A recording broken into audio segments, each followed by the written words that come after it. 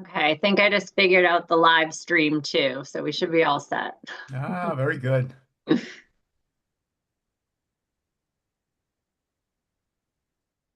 Good addition to your skill set.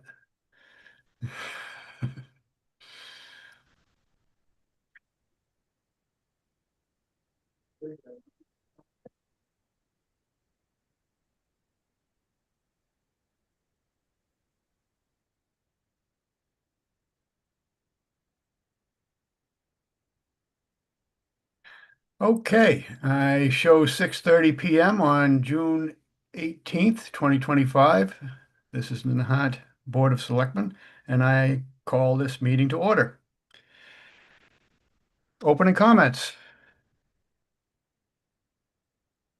Oh, Just, yeah, that make one. I've picked up on a lot of comments about the condition of the town. A lot of people very pleased with the way it's looking. So I think if we can pass that on to Zach, I'm sure he and his crew would appreciate it.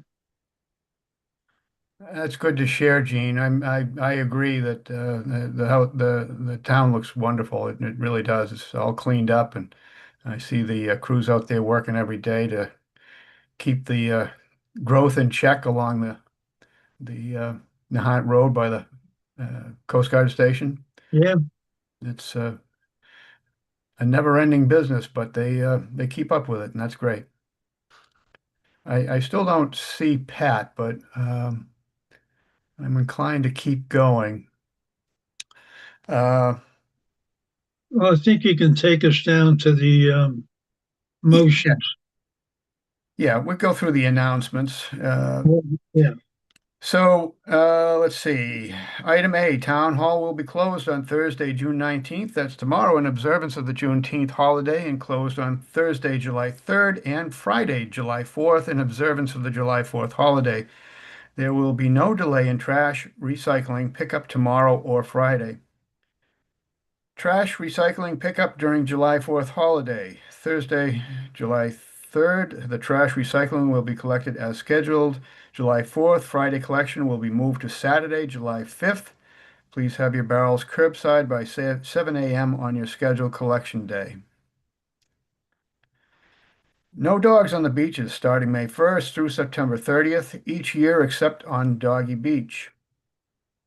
Resident parking stickers are still for sale for 2025, now available at nahant.org. Stickers purchased March 1st through June 30th are $15 each. Stickers purchased July 1st through December 31st are $20 each. Metal recycling pickup. Metal, white goods, TVs, computer recycling. They all occur on the last Saturday of each month until October 25th from 8 a.m. to 12 p.m. noon behind the DPW garage. We have a Market by the Sea event scheduled for Saturdays on June 21st, July 19th, August 16th, and September 20th from 10 a.m. to 1 p.m. at Flash Road Park. For more information or to become a vendor, visit the market page at nahant.org or email ktaylor@nahant.org. The Johnson School Educational Greenhouse Memorial bricks are still for sale. To purchase an engraved memorial brick to help with the fundraising efforts, visit johnsonschool.org. And here he is. Hey, Pat. How you doing? So we're down to new business, and we're going to vote to approve Board of Selectmen meeting minutes. I move the Board of Selectmen vote to approve the Board of Selectmen meeting minutes from May 7th, 2025, May 21st, 2025, and June 4th, 2025. Do I hear a second? Kat, you should second that. I didn't read them. Seconded. Any discussion? Hearing none. Roll call vote. Gene Canty abstain. Okay. Pat O'Reilly, aye. Rob Tibbo, aye. Motion carries. We have a vote to approve event requests. I move the Board of Selectmen vote to approve the following event requests. The summer solstice ceremony, Saturday, June 21st, 2025 at 4:30 a.m. at East Point, and the swim Autumn Beaches Cleanup Day on Sunday, September 28th, 2025, beginning at 11 a.m. at Lowlands parking lot. Do I hear a second? Second. For discussion, we have some information here regarding the summer solstice ceremony. It will be a gathering of members of the Shinnecock, Narragansett, and other Massachusetts tribes. Members of the Nahant Historical Society will be there and invited guests at East Point. There will be a ceremonial drummer as well as elders of the above-mentioned tribes to offer a blessing on East Point and Swallow Cave. Also, regarding the volunteers for swim beach cleanup, they will meet at Lowlands Park and then disperse to Short Beach and Doggy Beach for the cleanup. Bags will be provided and gloves are suggested. Ongoing business, the town administrator search. So I think we need to vote on that, right? Oh, Yeah. yes, you're right. I'm sorry. Gene Canty, aye. Pat O'Reilly, aye. And Rob Tibbo, aye. Motion carries. I was going to try to get through the whole meeting without doing that, but there we go. I ruined it. So anyway, ongoing business. Town administrator search. The town administrator search committee has been meeting weekly to discuss the search process. They also just held a public input meeting this past Monday, June 16th. The job advertisement has been submitted to the following websites and news sources. ICMA, which is the International City Management Newsletter. The MMA, which is the Massachusetts Municipal Association. Indeed.com, Monster.com, Lynn Daily Item, the New York Times, MassHire, JobQuest, Facebook, and the town website. Resumes and cover letters will be accepted until July 31st, 2025. Allison, are there any other publications that we can reach out with besides these? No, I think those are the major ones. Honestly, the best local one is the MMA.org. That's where you see most municipal opportunities posted for the state of Massachusetts. Okay. Per the Town Administrator Act, there has to be one national publication, and so that's why it was either going to be the Wall Street Journal or the New York Times.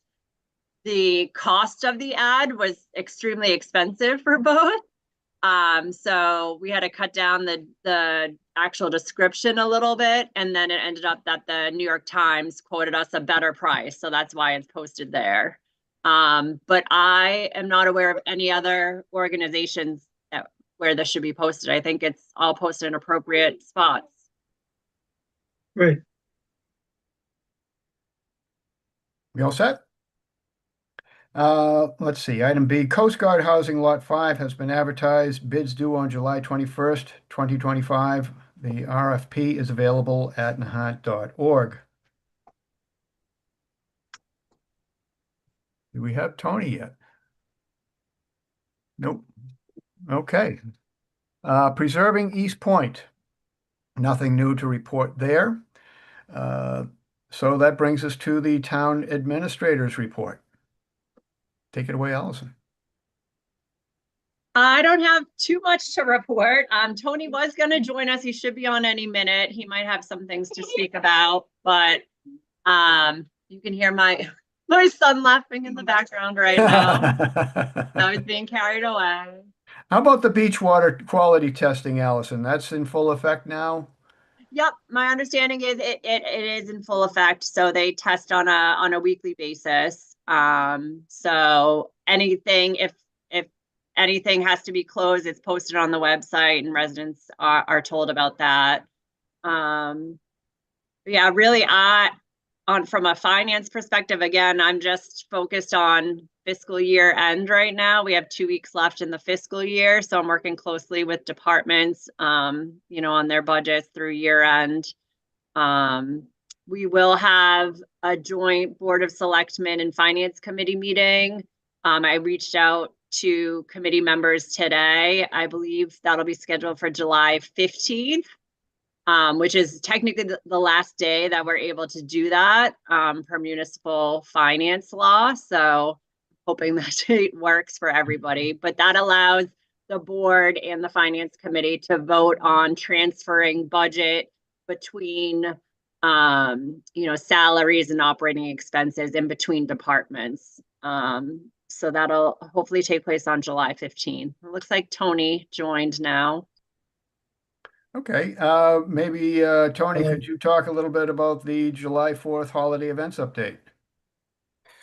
Sure. Yeah, we met our emergency management team with the DPW, fire department, police department, harbor master, Allison and I. We met to go over our prep for our 4th of July event. As usual, on the 3rd there'll be a Horribles parade that evening, and then on the 4th there'll be a road race in the morning, as well as field races, and then our 4th of July fireworks event that night off of Bailey's Hill. We'll have our Mojo Slim band will be playing. I think they start at 5:30 and they'll go right up until the fireworks start. We're working on concessions at the moment. We did our typical food vendor is unable to be there this year, so I know Kristen and our new interns are working hard on trying to find some vendors to be present that night.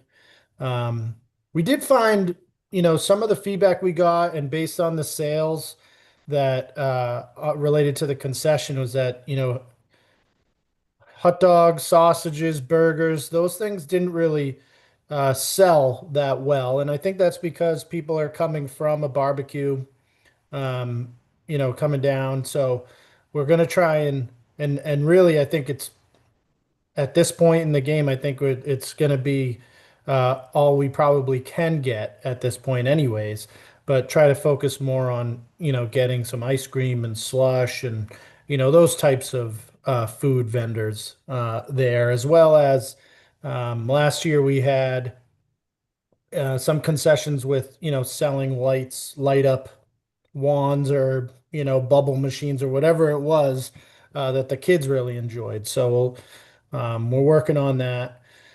As far as public safety and parking restrictions go, it's the same as it has been over the last few years. The wharf parking lot will close, I think around 5 o'clock. The road, that part of Willow Road from Summer Street to the wharf will close at 5. I believe, Rob, do you remember the parking lot itself? I think cars need to be out of there by Around noon time is when we Around usually noon? we rope it off. Yeah. Yeah, so we'll get cars out and, do a final cleanup. The tent will already be there, all of our safety, gates, portable toilets, picnic tables, all that stuff will already be out there. And then the road, that part of Willow Road from Summer to Wharf will be shut down at 5 o'clock officially. And then cars parked on the streets on the hills and on Willow Road will need to leave by 6. And then the road, traffic on those roadways will be closed off at 7. Fireworks go off around 9.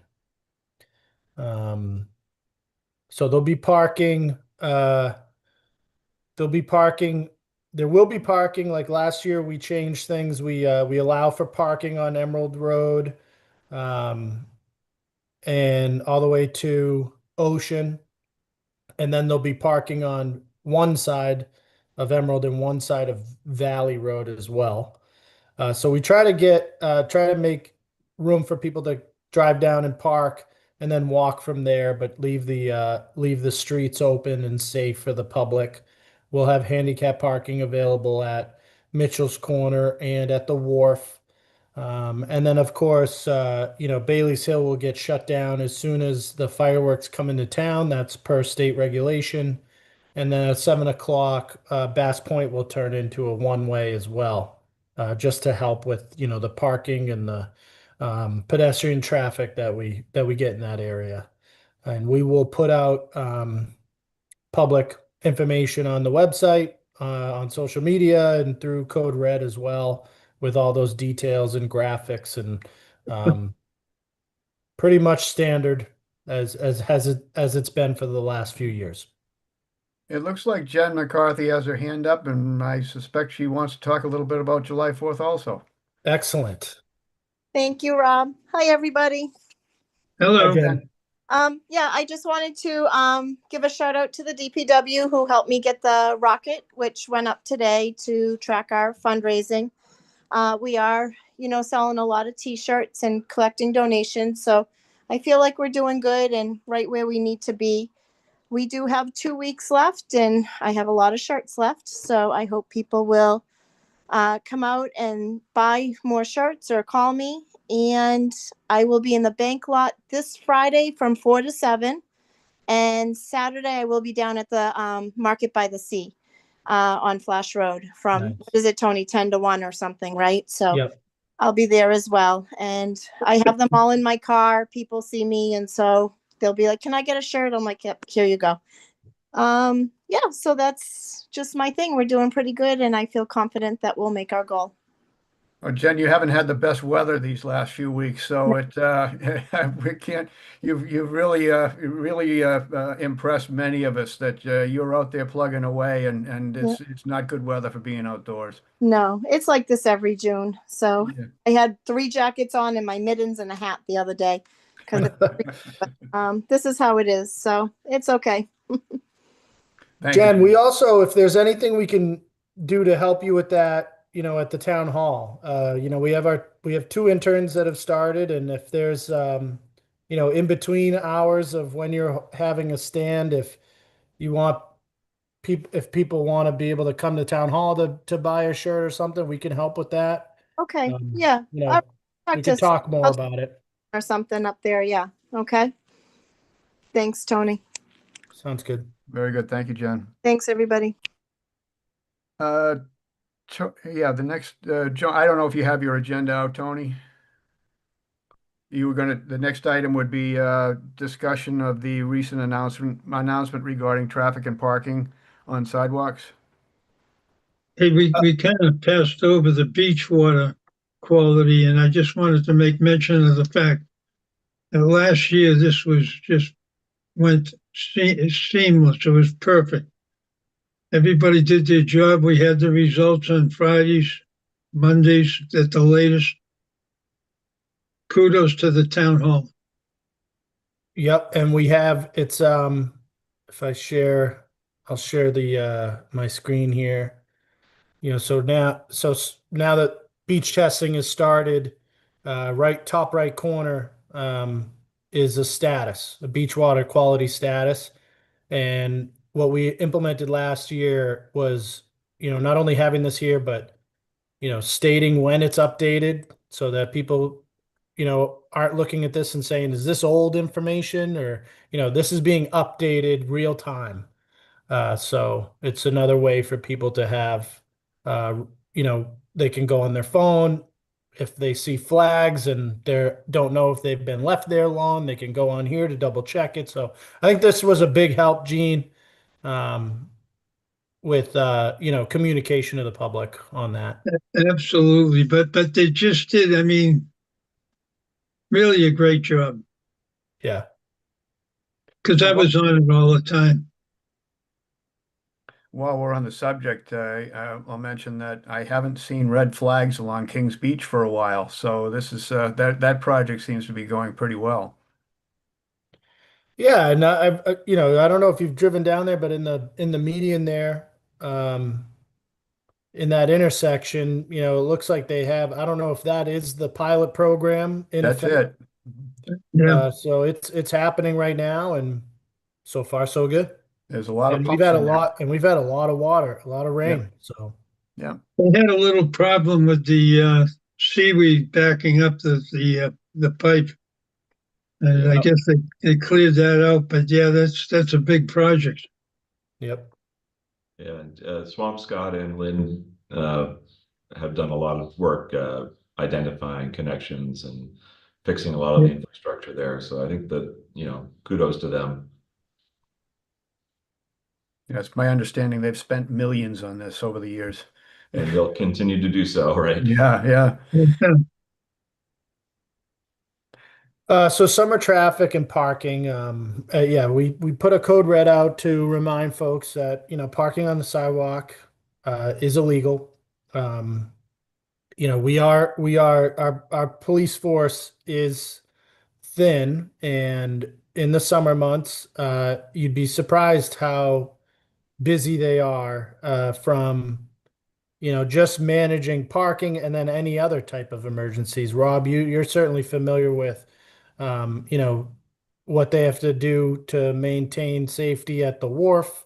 Yeah. And then they're usually, so they'll be at Long Beach, then they're jumping down to the, Lowlands parking lot, spend an hour there trying to, iron out whatever issues are happening, get over to the wharf, deal with those issues, get over to, um, East Point at Canoe Beach, and then by the time they are starting that loop over again, everything they've done is undone.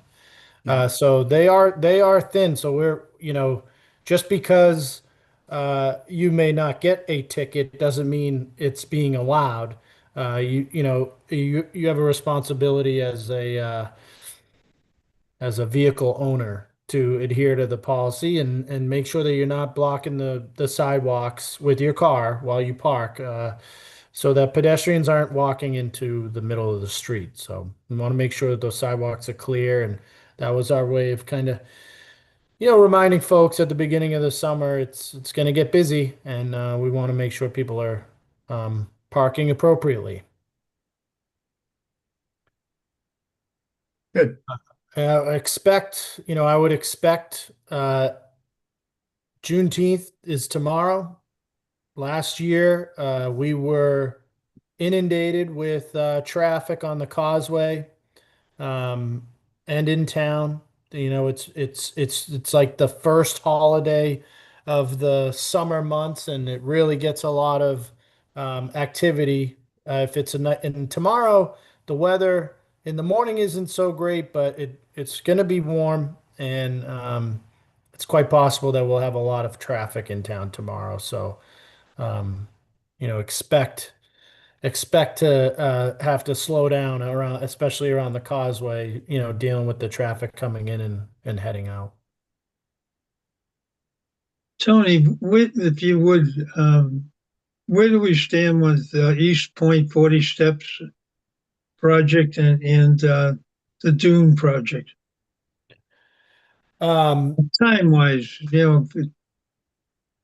on 40 steps, we're going through a permitting process. We've had to adjust our scope there because of the limited access, and had to narrow the scope to just involve the public property. We were hoping that we were going to be able to use the abutting property for access and additional repair, but that has not been an option for us. So we're going through a notice of project change with CZM and the state. We're going to be I believe we were supposed to go to the Concom to give an update on that a couple meetings ago, if you remember, and they ended up not yeah, having quorum. So I think we're now on the agenda for July, where we'll give an update with that. Our grant that is paying for the permitting process and design, it ends at the end of this fiscal year, at the end of the month.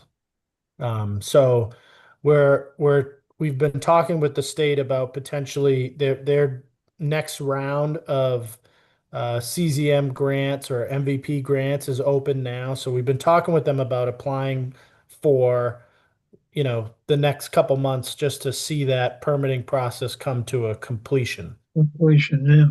Once that's done, then we'll be going, then it's a financing exercise of seeking grants to fund the construction. So that project is going to be expensive. It's in the $4.5 million range.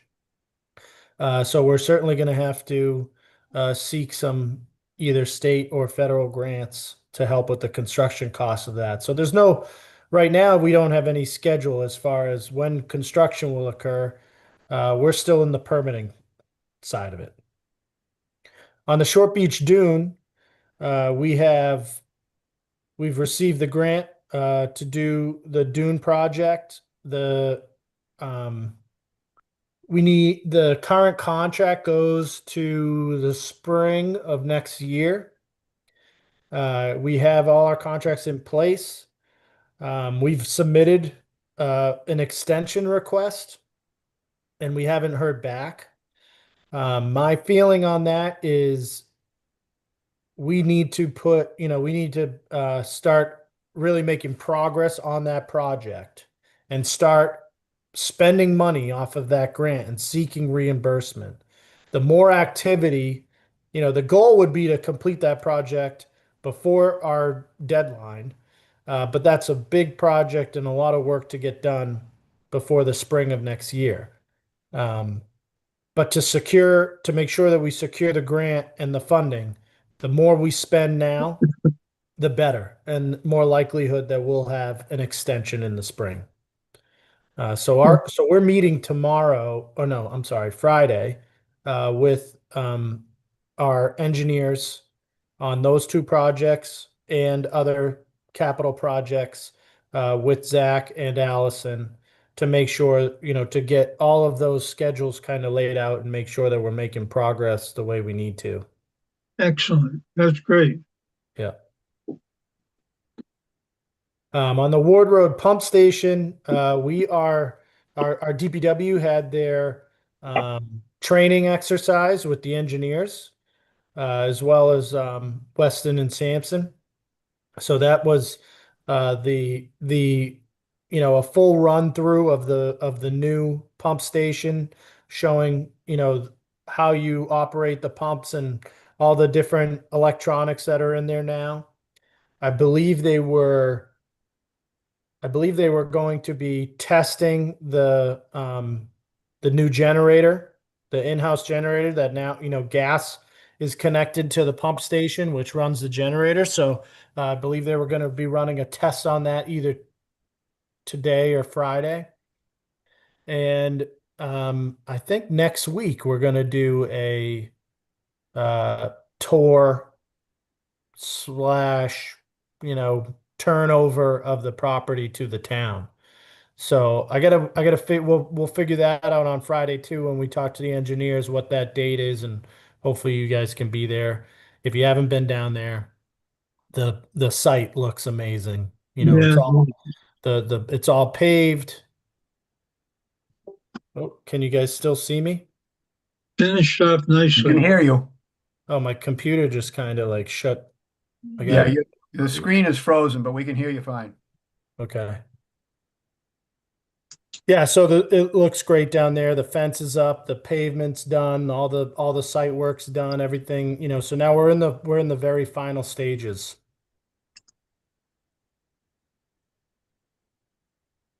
Great. Let me see. Maybe I'm back. Can you see me You now? are back. Yeah. Yes. Okay. I don't know what happened there. Just one more request or question, and I'm just trying to drag this out so that Robbie can't beat the world record here. Thanks, Gene. We do have a record to hold. No, how about Tony, ADUs and STRs?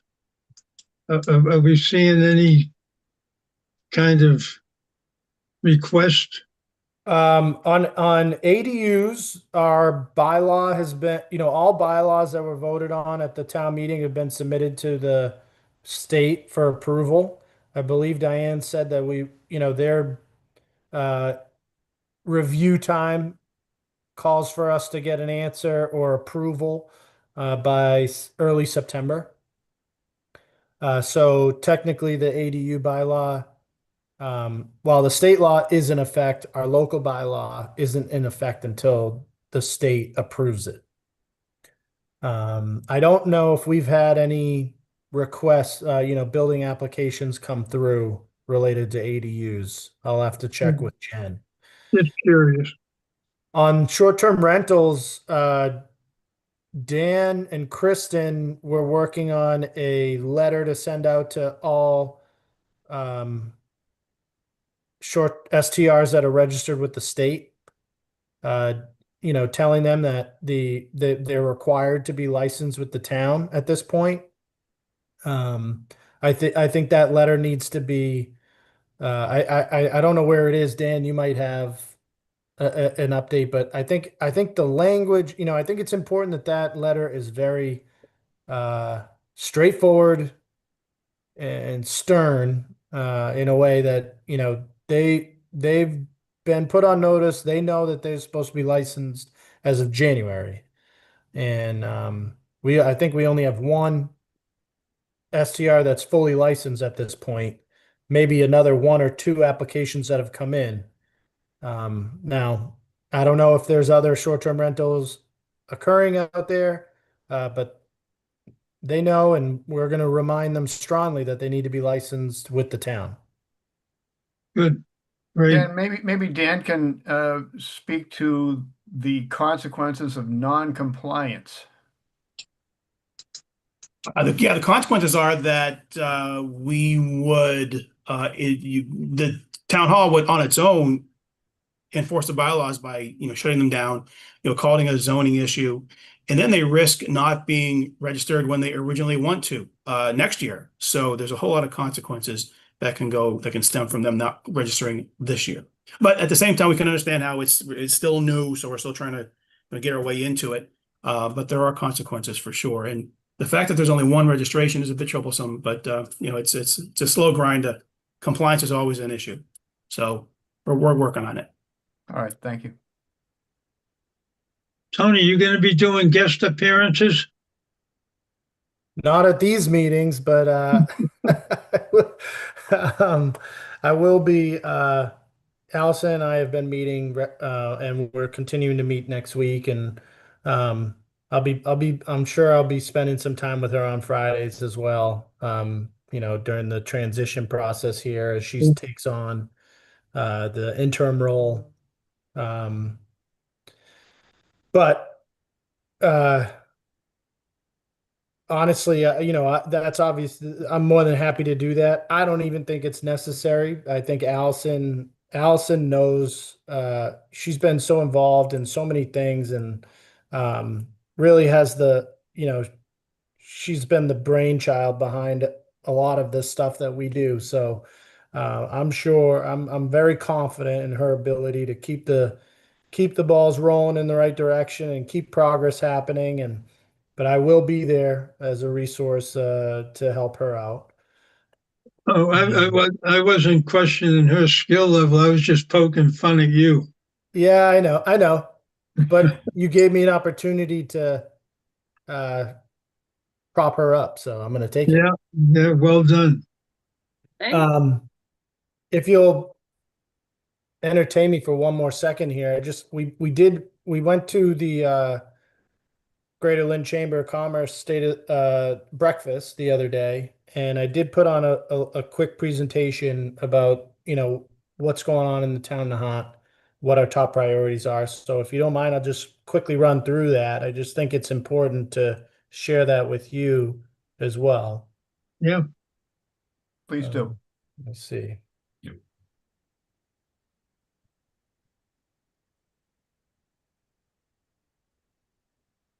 Let me know if you have that on your screen.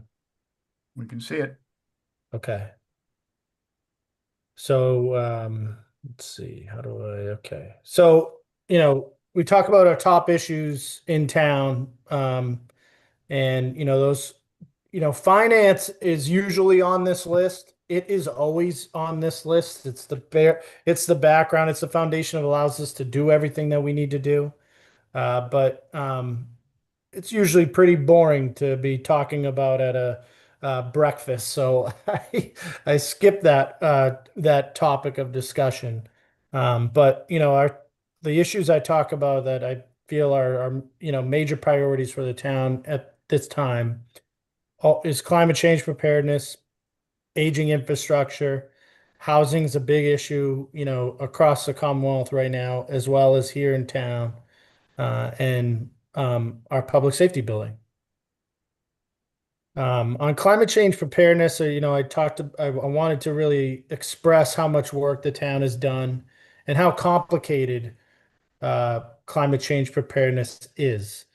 This graph on the right tries to illustrate, the many different legs of the stool. And I think most people think climate change preparedness is a seawall, and it's way more than that. So, we talk about bylaws regulating private property. Private property owners have a role to play in protecting our community as a whole. We in Nahant, we've instituted in 2019, we adopted the local wetlands protection bylaw, which added a 100-foot buffer to the Wetland Protection Act area. And in 2022, we also voted to enhance our stormwater bylaw. Our wetland protection bylaw really puts forward regulations that help protect property that's within that, in that coastal area.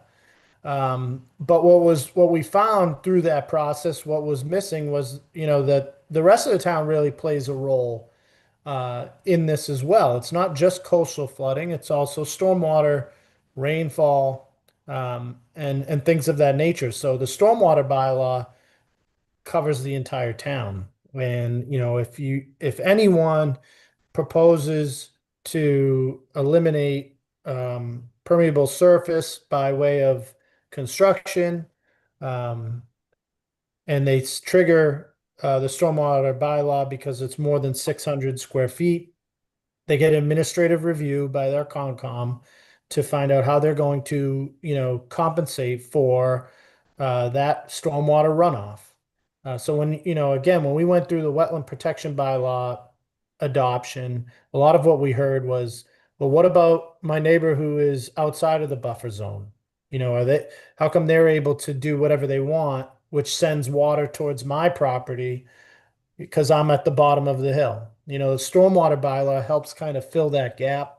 And again, it helps the greater good, protecting your neighbor's property from this, the climate change issues that we're all facing, as well as the wetlands bylaw, which has helped tremendously in ensuring that, people are all in that area, people are following the same rules and regulations. So, oftentimes this element of climate change preparedness is overlooked, but it is a big piece of the puzzle.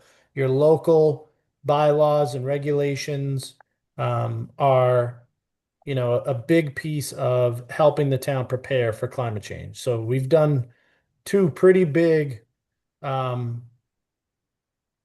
things regarding bylaws related to climate change.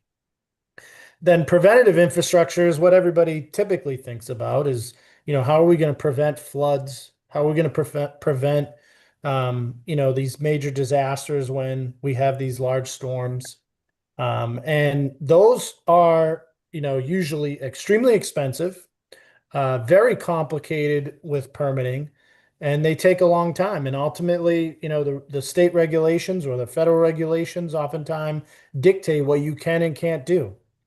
But with that, we've since 2018, when we had $2.4 million in storm damage, we've completed projects or made a lot of progress on projects. So obviously, as I mentioned before, our Short Beach Dune Renourishment project, we already had Little Nahant to the life-saving station permitted Then we ran into an issue with the federal government on the damage money associated with that.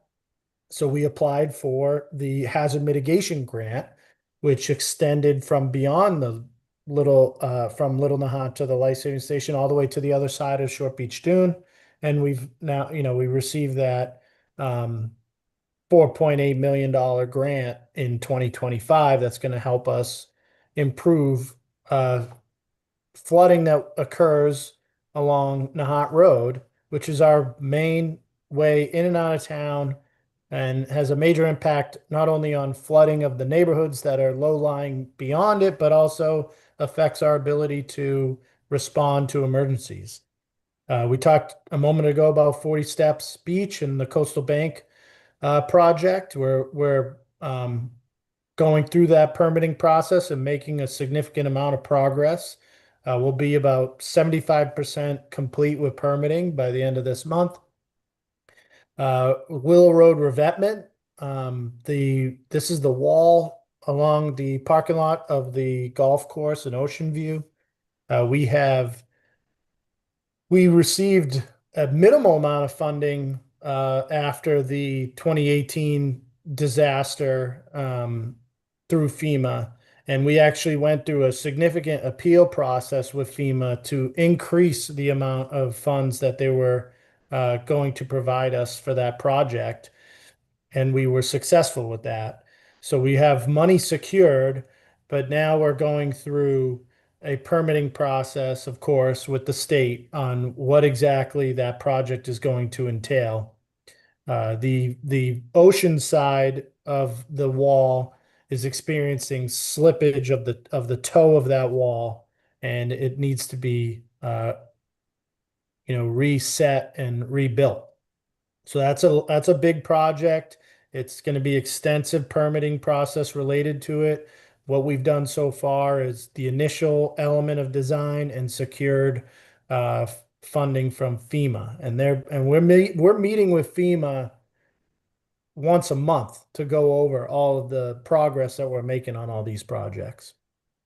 Also in 2022, the town voted to borrow that $500,000, which allowed us to be more competitive in the grant application process for the hazard mitigation grant, which we received in 2025.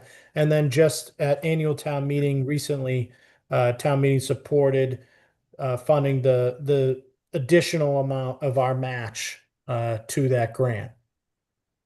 So on the preventative side, because that stuff is so extensive in time, money, permitting, design, study, we know that you're not going to be able to do all these things fast enough to protect you from the next storm. We could experience another storm like 2018 last year. We've had a lot of splash over or coastal flooding since 2018.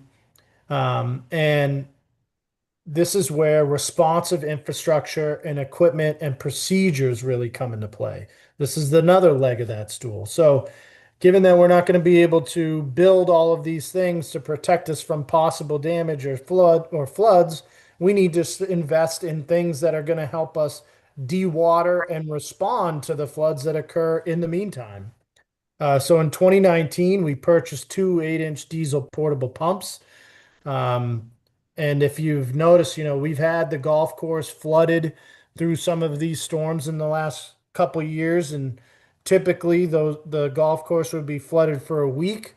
Now it's dewatered in almost a day. Which the faster we can dewater the golf course, that creates more storage for stormwater from the surrounding neighborhoods that that stormwater leads to the golf course. We also have completed over $500,000 in stormwater drainage improvements to the lowlands, which was, that's been 20 years to 30 years in the making. We did a lot of study work related to that. And then, really checked off some of the initial urgent action items as a result of that study, which included the stormwater drainage improvements. And not listed here is as well to that is the ditch system and utilizing mosquito control and the DPW to maintain the ditch system so that that water flows, towards the Bear Pond where we have our pumps. We've also just this past spring, we completed about $100,000 in stormwater drainage improvements on Willow Road, and we're going to be going in front of the Concom. Well, actually, maybe next week, or it might have been this week. I'm sorry, I don't remember the exact date, but Emerald Road and White Way stormwater drainage improvements, we're going in front of the Concom, I think this month, if it hasn't already happened, for permitting, so that we have another money authorized locally, approved by town meeting, so that we can continue to make improvements on the stormwater issues that we're experiencing on White Way. So those are some significant, responsive infrastructure improvements that we've made that really has made a significant difference. Since 2018, we have had significant coastal splashover and flooding, and we haven't experienced anything like the duration of flooding that we did in 2018. Just having the right policies, the right procedures, the right equipment, the right infrastructure. Yes, we're going to get flooded, but we're able to respond to that in a much more efficient way. And then observation and planning is another element of climate change preparedness. So getting designated as MVP committee, a community in 2019, doing the stormwater study for the lowlands neighborhood in 2021, renewing the hazard mitigation plan in early 2022.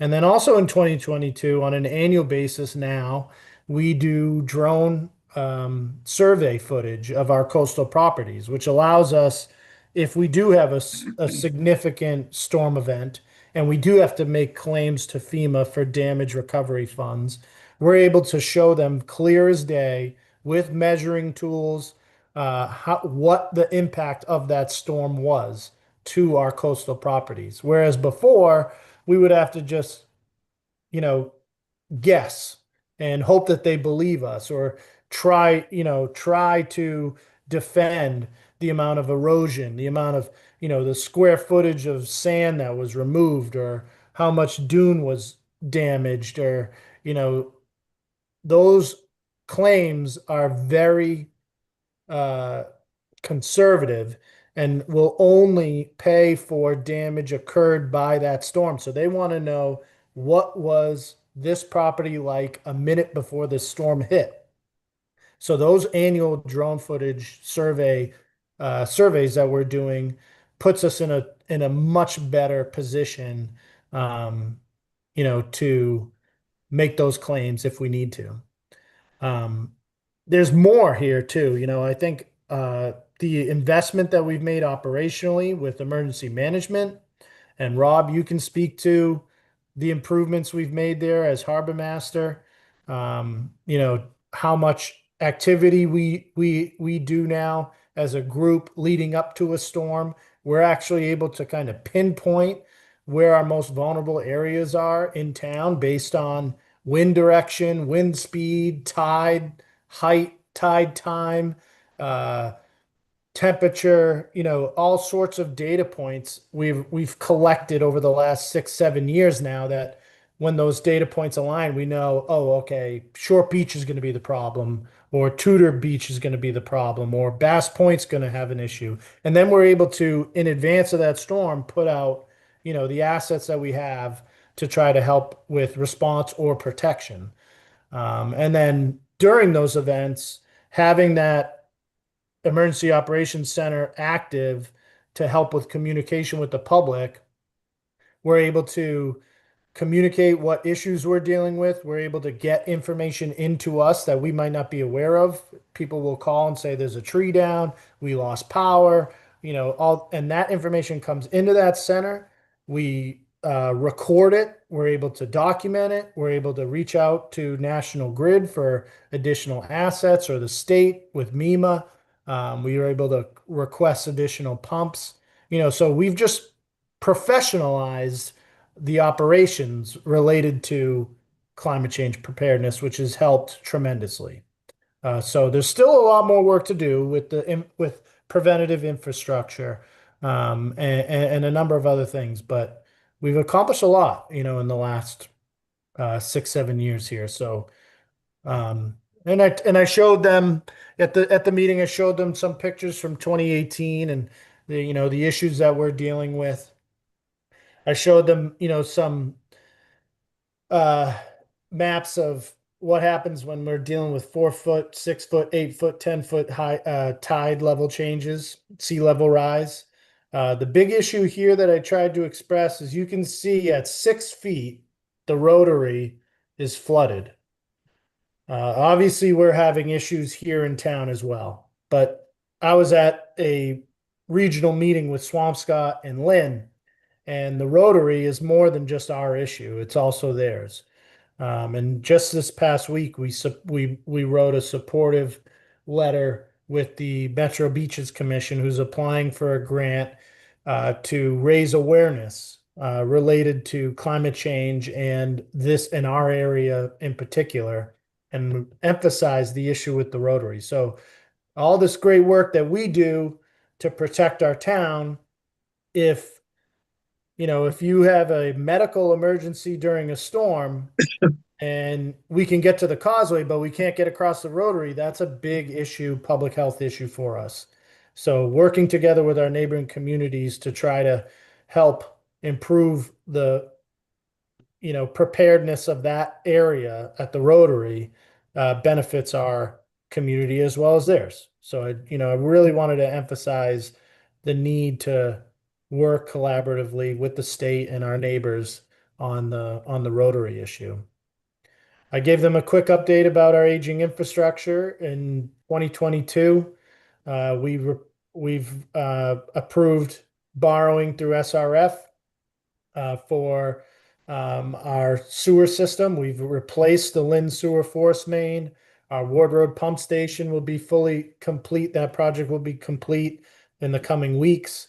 We've completed a significant amount of II work in the last year. The lining of sewer lines in the low-lying areas, installing watertight manhole covers. All of that work is related to keeping non-sewer water out of the sewer system. There's no, when we have those, when we have water getting into the sewer system, it's, adding strain to the system. We're paying to clean water that doesn't need to be cleaned. You want to make sure that your sewer system is tight so that it's just sewer that's going through that process. So that's related to II. And then we have the Willow Road Sewer Force Main project is next on the list. We have the town approved $125,000 for the public safety building study. Since 2011, we've utilized $2.6 million of MWRA zero interest loan program for water improvement projects. And next on the list is our water meter replacement project. Since 2015, we've invested about 250 to, honestly, it's up to about 300,000 annually on roadway or sidewalk improvements, plus study work. And with CPC, we've utilized about 2.5 million or more on historical buildings and recreational facilities and ADA improvements. I quickly talked about, housing, that we've worked through the housing plan process in 2022. We just approved the 2025 ADU zoning bylaw. We've received approval through MHP to hire Community Scale to help us with MBTA 3A, which will hopefully result in a fall town meeting.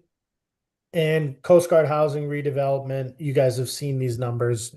We've sold 10 of the 12 vacant lots, $5.1 million in sales. We've retired or as of what, in a couple weeks, Allison, we can say we've officially retired about $3.1 million in local borrowing, with an additional almost $2 million in revenue for future local capital use. And we still have 2 more lots to sell. And then I talked about our public safety building. We have our public safety designer selection committee is active. Currently, they're working on RFP to hire a designer. These buildings are inadequate. They're aging. They're not going to get any younger, and the cost of repairing or replacing them is only going to get more expensive. So it's important that this is a top priority of the town to improve these facilities in the future, and we're actively working on that process. And hopefully, the sales of the Coast Guard lots can help with phase 2, which would be design after we get through this first process of assessment. So that was the presentation I did at the community breakfast. Outstanding. Tony, I'd like to touch on just a couple of things. First, as far as the Coast Guard housing, just an update. I noticed that Lot 11 is currently getting a hole for foundation. I suspect that Pat's been listening to the jackhammer up there that was breaking through a lot of ledge over the last day or so. Yes, sir. But they are well on their way to putting a house or a first house on one of the lots. I also want to mention, from an emergency management standpoint, first off, I'm so impressed as far as Chief Furlong and Chief Antom's ability to keep FEMA resources. They're literally at their fingertips. They know what they have for equipment, and they know the people to talk to. So this is a big asset to the town as far as the ongoing communication with these agencies, not just calling them up when you need something, but there is an ongoing level of communication, and I think that's incredibly valuable. And one other thing, from an emergency management standpoint, we have a new group. I don't see. Let's see. No, Jen McCarthy is still here. We have a new group that is training, as has been trained, to work with emergency management in an event, in a weather event, to go out and they have first aid training. They have additional training as far as helping assist people get to the shelters, helping people who are in the shelters, even going out and if it was ever necessary, assisting first responders in looking for potential victims. I think this is a huge step as far as community involvement, and you know what? If anybody would like to step up and give an assist on that, then let me know.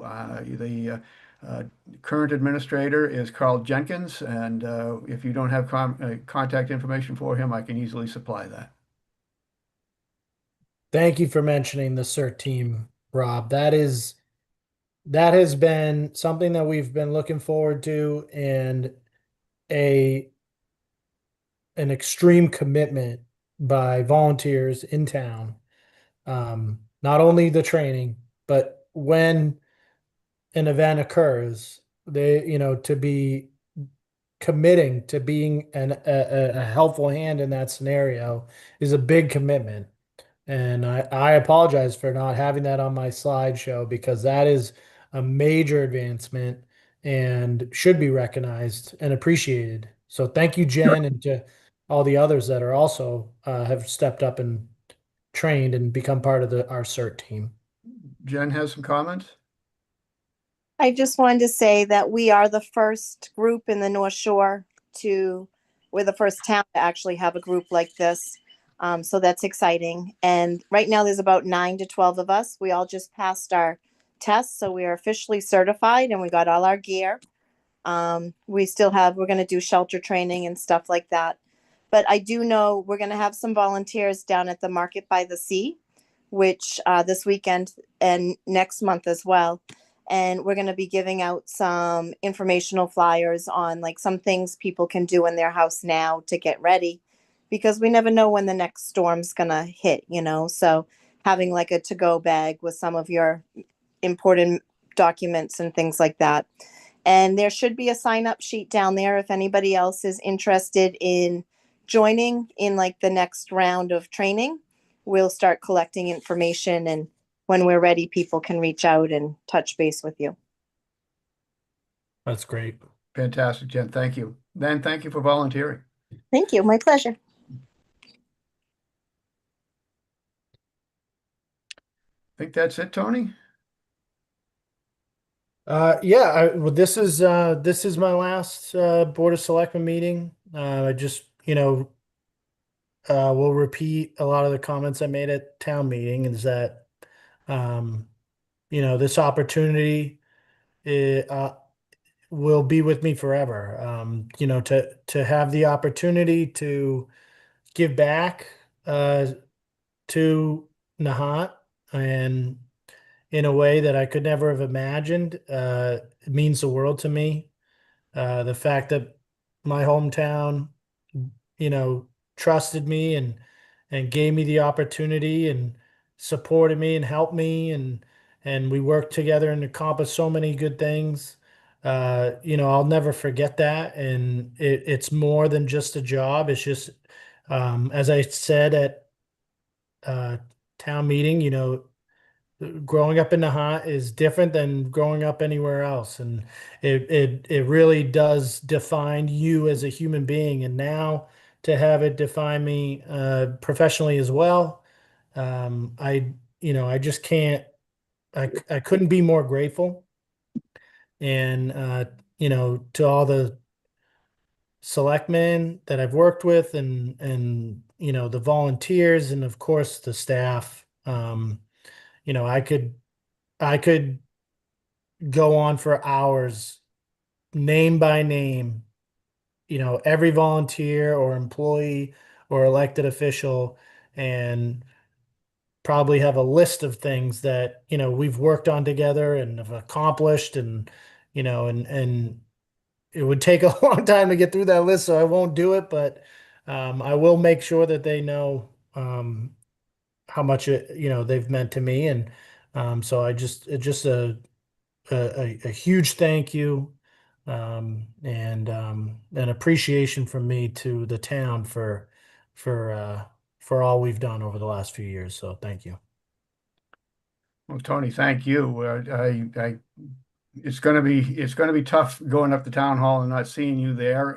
And you've certainly given me an excellent view of how things can be, how things should be, setting a very high bar for whoever is chosen to replace you. Representing the Board of Selectmen, we wish you all the very best success in your new endeavors over in Manchester by the Sea. And don't be a stranger, you can still jump into a meeting once in a while just to see how we're doing. Here, here. Here, here. Thank you, Tony. Thank you. So we're coming up to citizens' comment. I know we have somebody's hand up. I don't know if a couple of hands up. Well, what, let me move right to citizens' comment for now, and we'll just include you in that. If everyone agrees. I don't hear any disagreement, so we'll go to citizens' comment, and I believe the first hand to go up was Shayna Kovalovsky. How'd I do, Shayna? Yes. Hi. Excuse me. Aquay. Hello, everyone. So I am actually the one who petitioned for the summer solstice event. So I just wanted to take myself off of mute and just say thank you. And I also just had a couple of questions. So I just didn't know if now was a good time to ask. This is actually my first go at this. So I don't know if now is a good time just to ask a couple of clarifying questions, or if there's an email address that I can send my inquiries to. I don't know what would be the best method. Questions about the permit or the event that Yes. you can email Kristen Taylor, Okay. which is ktaylor@nahant.org. K Taylor at nahant.org. K like Taylor, Taylor. Yes. Okay. K Taylor at nahant.org. Okay. But you're welcome to also ask them now, and if we can answer them here, we can. We'll try.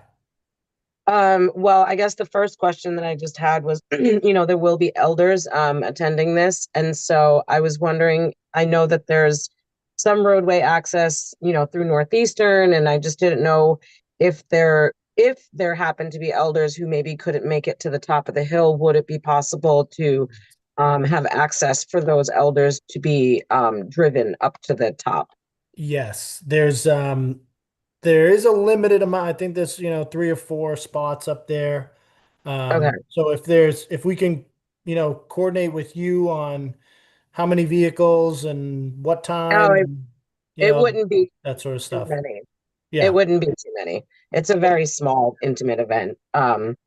So thank you. That would be appreciated. And then the other question that I have is, since the second part of the ceremony is going to be held down at Swallows Cave, again, this is a sort of a parking question. Elders walking down, down Cave Road. So if I could just, maybe have permission to park a little bit further down to limit the walking that some of the elders might have to do. And so those are really just my two Yeah. questions. The Okay. answer is yes. We will find ways to accommodate that. Let's just work through Kristen on the details. On the details, absolutely. And then congratulations on your move. And I guess I won't be working with you in the future, but thank you for, whatever efforts you put into, this event. And I guess I also would just like to extend an invitation to at least the selectmen to join us for this event. I would like to hope that in the future I can maybe, do this again and, extend the invitation out more to the public. But seeing as how this is the first event and it's really sort of family centered and a little bit more of an intimate, private sort of event, I would just like to also know how I could sort of formally send, just an itinerary invitation if any of the selectmen would be interested in attending. So, and I guess maybe I can send that through Taylor, Kristen Taylor, but Yes. Yep. okay. All right. And I guess, I mean, I didn't actually catch your name. I'm sorry. Tony. You're Tony. Okay. And I mean, if you want to join as well, on your way out, I Thank you. would like to extend the invitation to you as well. Thank you. Okay. Dana, a quick question for you. Yes, You're familiar with the path down to Swallow Cave? I am. Yes, I am. Okay. And I understand, and I've communicated to the people who will be attending, that it's a little bit of a hike and, that, to actually enter into the cave, it's a little bit rocky and, everybody understands. So, Okay, you And I- mentioned and it- elders a and- couple of times, so I just wanted to make sure everyone appreciates Oh. what they're getting into there. Oh, yes, everybody's been warned and, they'll cross that bridge when they get to it. Very good, very No, good. I'm Thank you. like, yes, very much. And, like I said, this is, I hope that this will be, the first of many. And, I was just listening to the, the presentations and, the work that's been done. And, even though I'm Shinnecock, which is a nation on Long Island in New York, but I have many familiar ties here in the area, and I've been here in the region um, basically my entire adult life at this point. So just to hear the work that you're doing, my nation, we're the people of the stony shores. So saltwater and Stony Shores are in my veins. And so to be a resident of Nahant and to be raising my daughter here, you know, it just means a lot that people are taking the time and the effort to preserve the dunes that, you know, that my daughter is going to play on, you know, and I really very much look forward to helping you guys continue and carry on, you know, this very important work. And, you know, I look forward to this being, you know, the first of many collaborations. And, you know, my elders and my family and team and, you know, some of the community members here in the area are very excited for, you know, future work as well. So from me to you, to Bhutanese, which is thank you, and Algonquin, and I will be emailing that information. So thank you very much. Thank you, Shana. We wish you only the very best weather for your ceremony. Oh yes, I'm like, please, you guys, you know, ancestors, come on. I'm doing this for you guys. Like, so it's, you know, fingers crossed, we're looking all right for right now. And, you know, we do ceremonies in the rain anyway, so it'll get done. Very good. Very good. Thank you. All right. Thank you. I think Jen McCarthy was next. Thank you. Jen McCarthy, 19 Range Road. And I am just want to share that updates with the Bayside in that not much has changed. There is still constant noise. You know, and parking is out of control. Usually they're parking on the streets. They're parking in the Knights of Columbus. I think they have permission to park across the street at the school, but the school lot's often full. A couple weeks ago, there was a huge wedding going on, and they were out in the parking lot for at least 45 minutes, chanting and dancing and loud music and a DJ. And one of the neighbors finally called the police, and the police did come down and tell them to move it inside. The police have been wonderful through all of this. And I know normally I do write an email to share my problems, but I haven't had a chance to write that. So I know Tony has said in the past that he's working with the Bayside. And I just haven't had an update in a while. I heard from somebody, they said, oh, well, all the neighbors know this is what's going on. And I don't think that's quite true.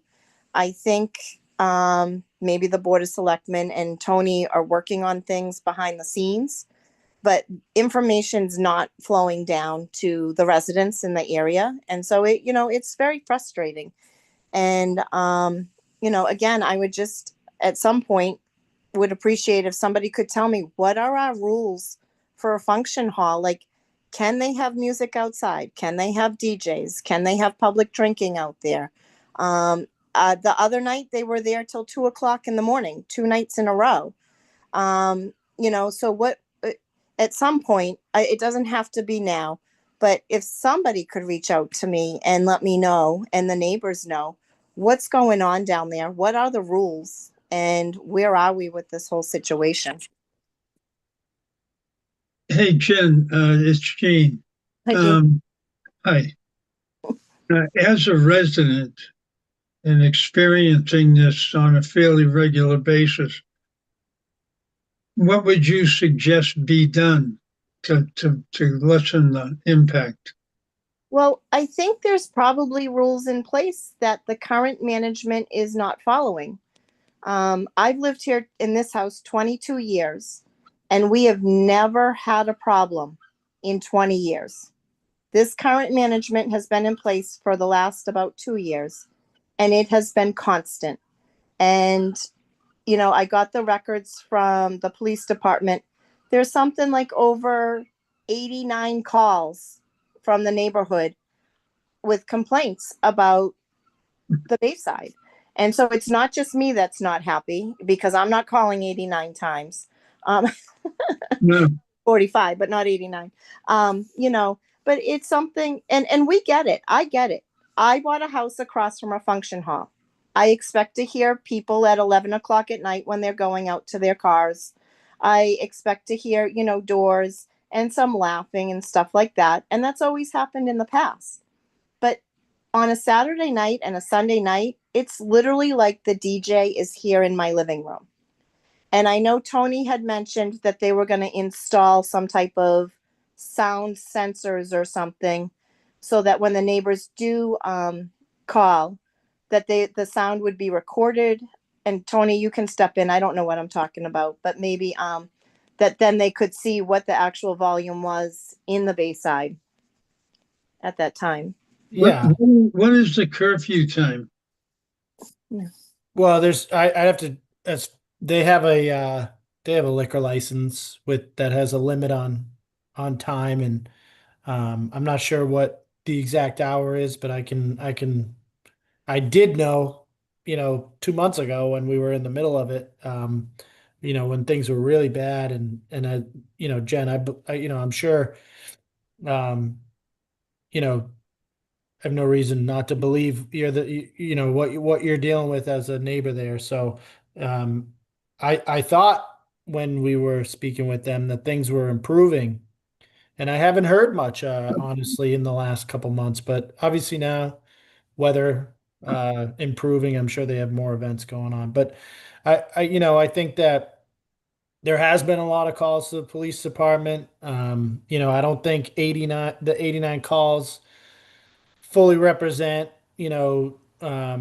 what's happening there. I think there's a balance in that number of some of those are justified and some of those are repeat and some of those are unjustified. And I'm hesitant to go too far down the road here because it's not on the agenda and we didn't give them an opportunity to be here and speak for themselves. But I can say that, I've met with them multiple times, talked about the complaints that we've received. They put in place and made commitments to helping with the parking issues and the sound issues outside. And if you're telling me that those aren't being upheld, then we need to have another conversation with them. Yeah, they do have a parking person now that sort of directs traffic. And I don't know if they have a deal with the Knights of Columbus or not, but they are parking all down I think they do. Columbus as the overflow. Um, you know, but some of them are still parking in the resident spots. Uh, you know, and again, I'm just curious, like what their curfew time is, because I know my neighbor called the other night at like 1:15 because they were still out there, people from the wedding, partying and talking in the parking lot. There was employees there cleaning up and everything. And I noticed a couple nights after that, I got up at 2 o'clock. I think the dog was barking because of the noise. I forget why I got up, but and so they were still there at 2 o'clock doing things. And it's just, again, I bought a house across from a function hall. I totally understand that. And for 20 years, we have never had a problem. That's my point. And so with Tony leaving, I also don't want this to get forgotten or swept under the rug either. Yeah. Yeah. So I just one question first. Are there resident only signs in along that stretch where residents are parking and losing? Are there resident parking only signs there? One of the neighbors did work with DPW and they have put up new fresh signs. So there are signs there. Okay. Yeah, So there's like one old one, but there are some new ones now. there'd be an opportunity for police to ticket people, violators. Okay. And initially you talked a bit about wanting But the to parking, Go ahead, Tony.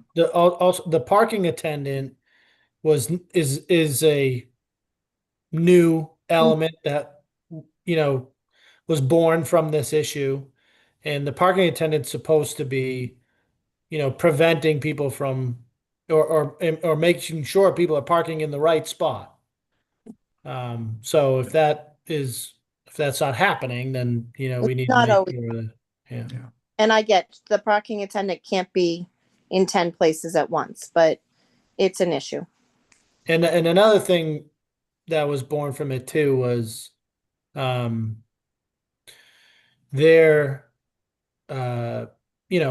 contracts or agreements with the customers that are renting the property didn't include a parking limit. prior. So that was another thing that we asked them to include was, you can rent the hall, but we only have enough spaces for X amount of cars, and making sure that that's being upheld. So sounds like we have a another a recap conversation to be had. But again, they're not here tonight. No, I understand that, and I'm just making you aware. I haven't had time to write the emails. I've been Okay. and end of school year and raising my 4th of July. So, I just wanted to bring it to your attention that there's still issues. It's not done, and the neighbors aren't happy. All right. Jen, I think you should be looking at noise level and curfew time. I'm not so sure that parking's gonna make that much of a difference. Jen, you mentioned in the beginning of your comment about wanting to better understand the rules, what they're allowed to do, what they're not allowed to do, and I wonder if we can help facilitate that. Possibly we could arrange a meeting between, say, yourself and Chief Furlong and possibly Allison to have that discussion. That'd be wonderful. I'm available anytime. Okay, maybe we can look into that. Back to the neighbors and say, this is what they're allowed to do. This is what Well, they're allowed to do. I think it's an excellent question, and I know it really is.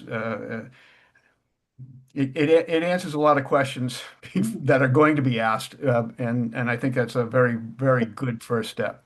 Can they have stuff outside? They have Yep. weddings and they put chairs all across the road.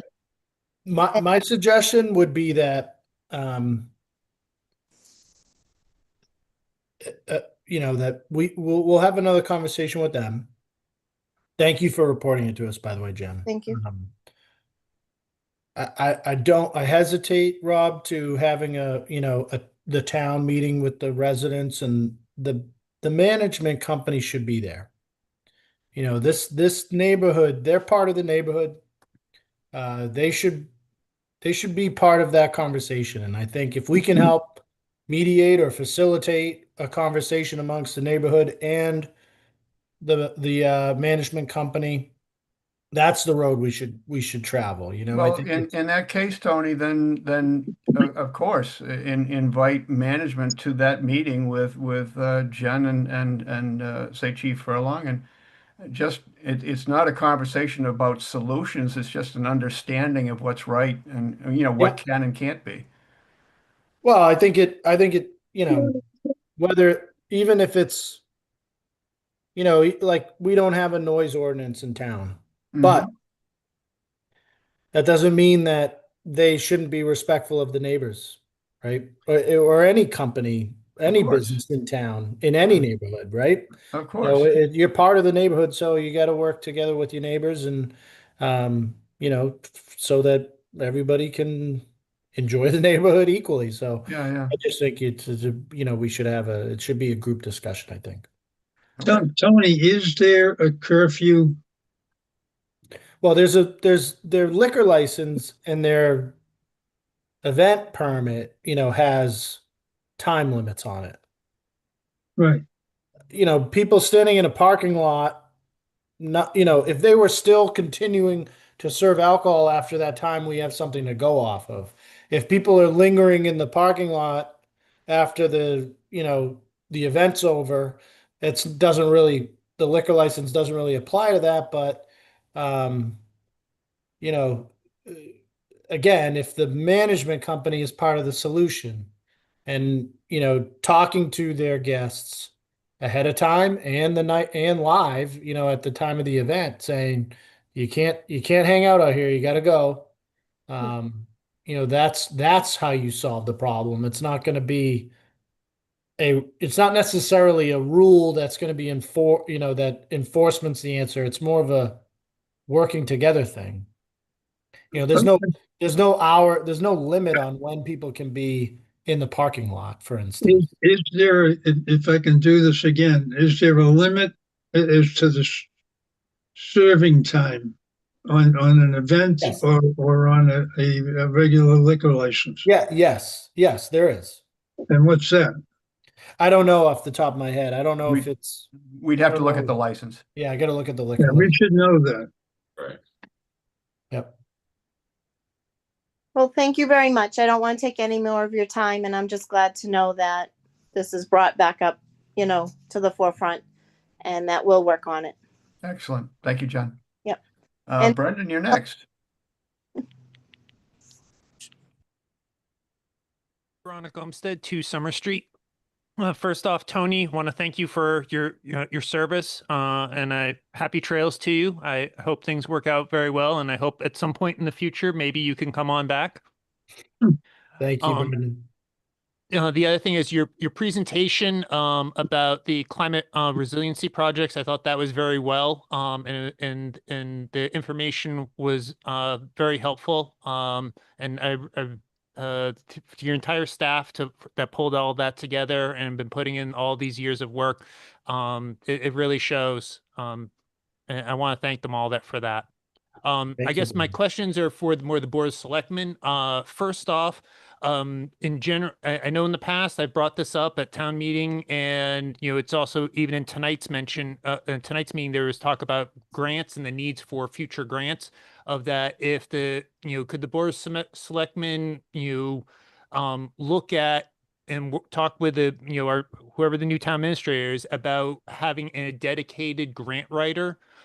Because I know the heads of our departments have done excellent jobs in getting in grants, but there is also, I'm pretty certain there's more grant money out there, whether in the state, federal, or even NGOs. And given our small community and our limited revenue sources, that any grant money we can get is going to be helpful to us across the board.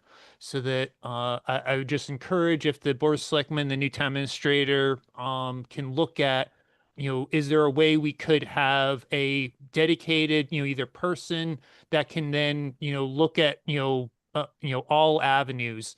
Because I know, the fire chief and the police chief, they also have their day jobs to do, and they can't be 100% focused on grant writing. And I really feel that to meet some of the challenges we have in the coming years, that we're going to need a lot more sources of income or grant money in order to fund these climate resiliency projects and other infrastructure projects. I guess the other item I wanted to comment about is about the potential of FEMA no longer existing after the hurricane season. And when we've had past storms, we've relied upon FEMA's um, uh, FEMA funding vehicles in order to pay for initial storm damage and for other storm recovery. If FEMA is no longer going to be an option, then we may have to find other sources of funding to have a recovery. And since the talk is after this hurricane season, which I believe ends in November, that FEMA might be going away, is it possible the Board of Selectmen and whoever the new town administrator is start to brainstorm how we can have a plan for, if FEMA goes away, where can we get the funding? Because my concern is we have another March 2018 storm, FEMA's not there. How do we pay contractors to clean up? We can't exactly have, a lot of storm damage and just kind of wait, hope that the federal government or the state's going to, be able to step in, because the state usually is helping other communities, not just us. And on the federal side, if the federal government's no longer going to be a partner in order to help us in these recoveries, we do need to have a plan B for how we can, fund those immediate recovery needs, so that so that the town can start to be on a path to becoming whole. But I guess I'm really asking is, can we plan ahead? That's what I'm really asking about. Yeah, FEMA, I don't think FEMA is at risk of going away, but one thing that is active, discussion, and you'll read about in the press, is that their efforts to make it harder to get that damage recovery money from FEMA. increasing the thresholds of what is qualified for a uh, state of emergency, which would trigger those damage funds. And also being very strict about evaluating the damage that was caused by a storm. And we're seeing that already in their process of being how they evaluate, projects. So that's definitely a real thing. That's where like the drone survey work that I talked about, Brendan, would is going to be really helpful because we're going to be able to show very clearly, what the property was before the storm and what it was after the storm, and it isn't a guess, or a denial because of lack of documentation. We have, that those drone surveys, you can show you can overlap last year to this year, and literally with the stroke of a mouse you can measure the amount of the yardage of sand that has been deposited or eroded. So it's a very good um, process that we're already doing, and we need to continue doing that. um, these damage costs are really high, and it's hard to plan ahead for that stuff. That's the reason why we've invested, I think, significantly into our stabilization account. So God forbid we run into a situation, we need those funds and to help pay for these projects, or uh, cover costs associated with response. We can go to a town meeting and pull from that stabilization account. We got to continue to fund that as well.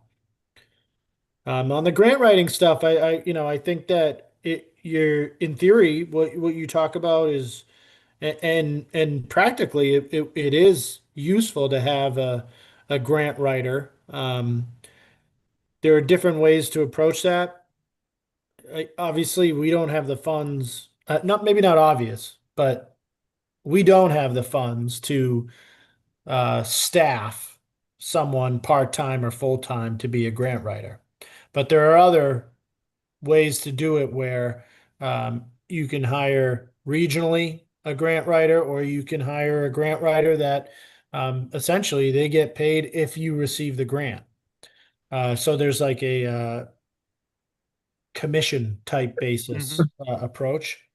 Um, and that definitely would help. It would definitely help reduce, as you talked about the workload and what everybody's doing and what's on their plate. It would definitely be helpful. Honestly, in my opinion, I think what we do is we really rely heavily on our engineers that we have under contract. Part of their scope of work is to seek out these grants, and when we evaluated them, we asked about their grant writing experience and knowledge, and tried to pick people who, pick companies that are familiar with the regulators and the grant programs. And they've done a very good job of being able to say, okay, we know this project's coming up. There is a grant program for it. We'll help write the grant application. That's how we've been able to accomplish a lot of these things with staff assistance. Our biggest issue is actually executing the grants, because we're so short-staffed and we're so minimally, we don't have a ton of resources to put towards those projects. So I think what you bring up is important and worthy of, exploring. And it could be really helpful. But I do think that, we've had, I mean, since 2018, I forget the number, Allison, I'm gonna lean on you, but I want to say it's like in the $11 million range in grant funding that we've had in the last, 6 years or so. So we're the grant, we're doing really well at securing grants. where we could really do better is actually executing upon those grants, getting those projects done, making progress, and moving on to the next project. That's where we, just by way of our resources and our staffing, that's where we need a lot of more help, I think. All right. I guess I had one follow-up question about the drones. Has the town developed like an SOP for, I guess, after a storm happens, of how to actually conduct the survey so that we're making sure we're getting good data? Yeah, so we have, it's actually it's it's a third party, it's a contract that we have with a company. They Okay, do, so it's not the police department doing it? no, this is a separate company. They will do annual surveying, and then we have them in the contract, we have an on-call option. So if we have a storm, they'll come in, that week, the week after.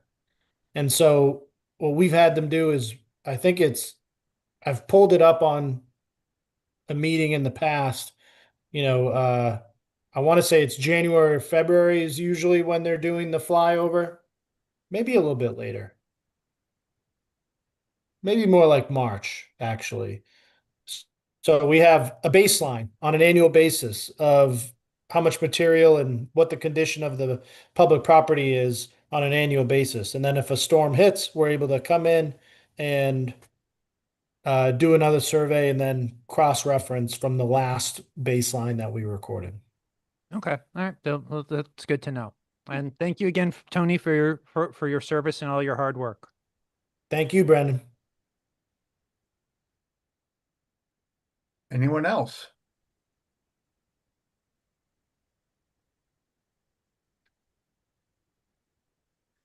Seeing none. Do we have a motion to adjourn?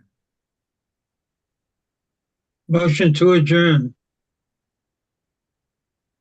And second, Seconded. discussion? Roll call vote. Gene Canty, aye. Rob Tibble, aye. Pat O'Reilly, aye. We are adjourned. Thank you Good very night, much, everyone. Gentlemen. Good night. Thank you all. Thank you. Thanks, Tony. Thank you. Thank you, Tony.